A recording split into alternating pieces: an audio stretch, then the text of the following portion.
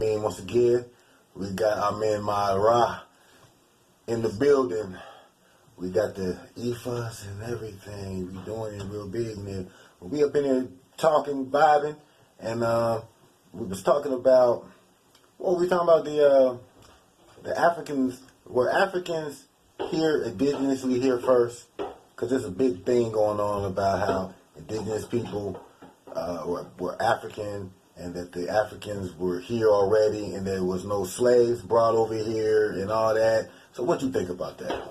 From what we're seeing with our data, we have a lot of good geneticists. Like one of the leaders is an African-American geneticist, Dr. Rick Kittles, coming out of Ohio State University.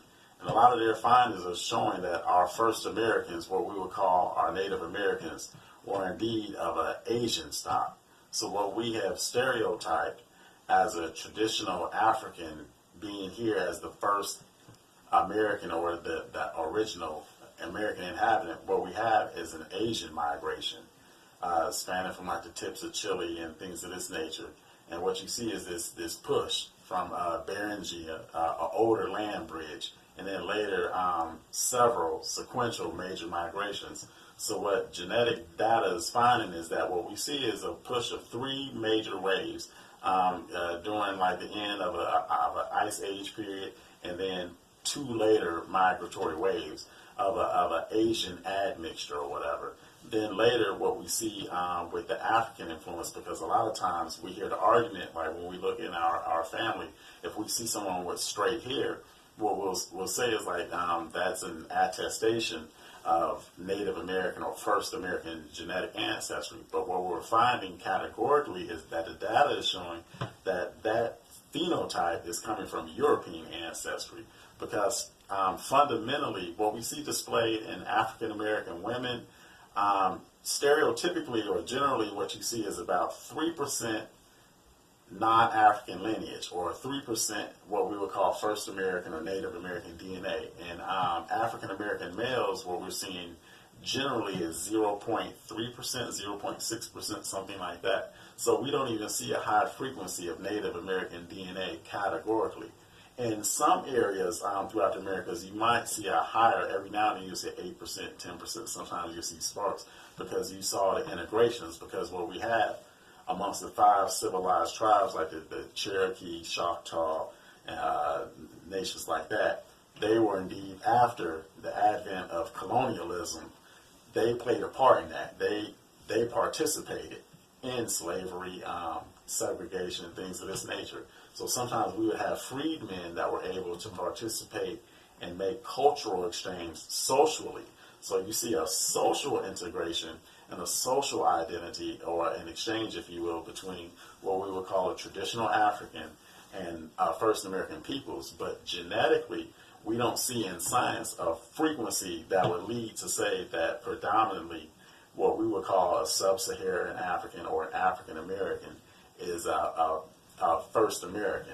Our data shows like an Asian admixture, but a lot of your geneticists, they substantiate this and everything, because when we look at the frequencies, especially on the maternal side, the frequency is so low that it's hard to argue. We don't even see a 10% frequency.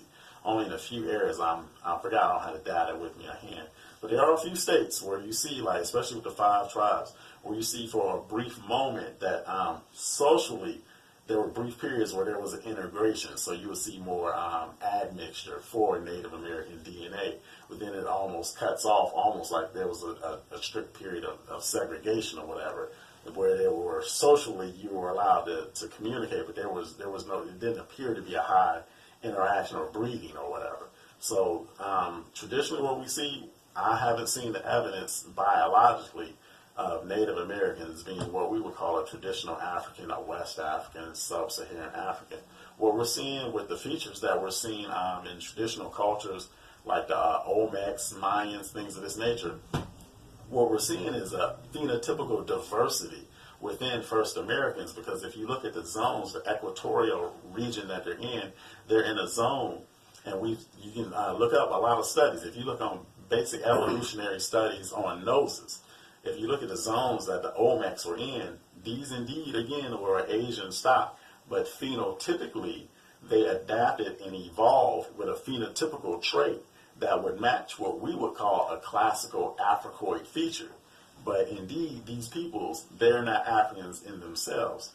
The zones and environments that they were in molded their DNA and molded some of their phenotypical features. So eventually you see strains that give you phenotypical features that are strong reminders of African traits. Because, indeed, anatomically modern humans did come up out of Africa. That is our motherland. But as we made that push and migrations and everything, as we branched out through Asia, Europe, and different areas, we evolved and we mutated and we changed or whatever. So what we're seeing is, humanity all traces back to an African ancestor. However, once you see the out of Africa migrations, the mutations that took place or whatever, that's what starts establishing your, if you want to use the term race, because that's a social construct, it's a socio-political construct. There's no such thing there's nothing in science that justifies or can substantiate what we would call a race in the way that we see it in the Western and European psychology. It just doesn't play out like that in science. What we're seeing is a socio-political stance or whatever being applied to biological, natural persons.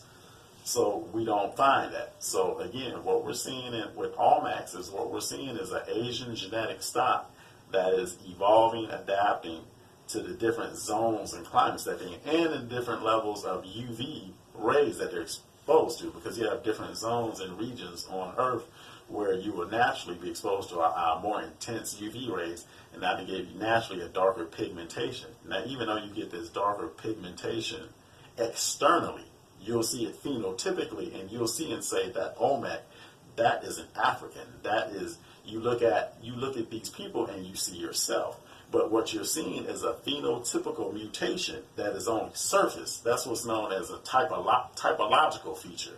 It's only surface expressed. So anyone moving to this zone, if they live here long enough, they're going to adapt to a certain way where naturally their nostrils will become wider because of the tropical climate and everything, and things of this nature, or the chest may take on a more barrel or robust form, whatever, to adapt to different environment, the atmospheric foods, and diseases you're exposed to.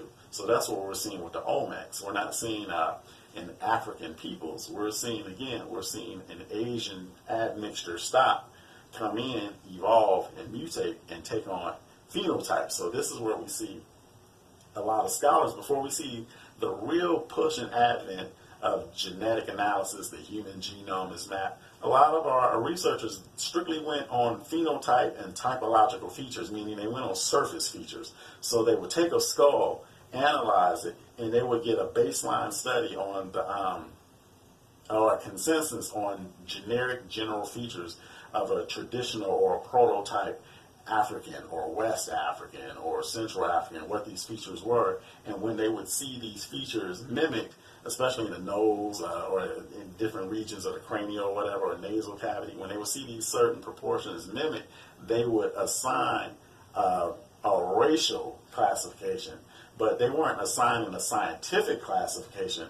They were assigning a social classification. They were assigning a political. Because like when you start using these terms like the Negro, Black, that's a social agenda. That's a political agenda. It's hard to prove some of these concepts and labels in science because biologically there is no race. But when we look at our Native Americans, our Olmecs and Seminoles and Cherokee, these are traditional in Asian stock that we would consider non-African, because the average African American female, African American male, they display generally less than 10%, which is showing there's a total disconnect, if you will. Okay.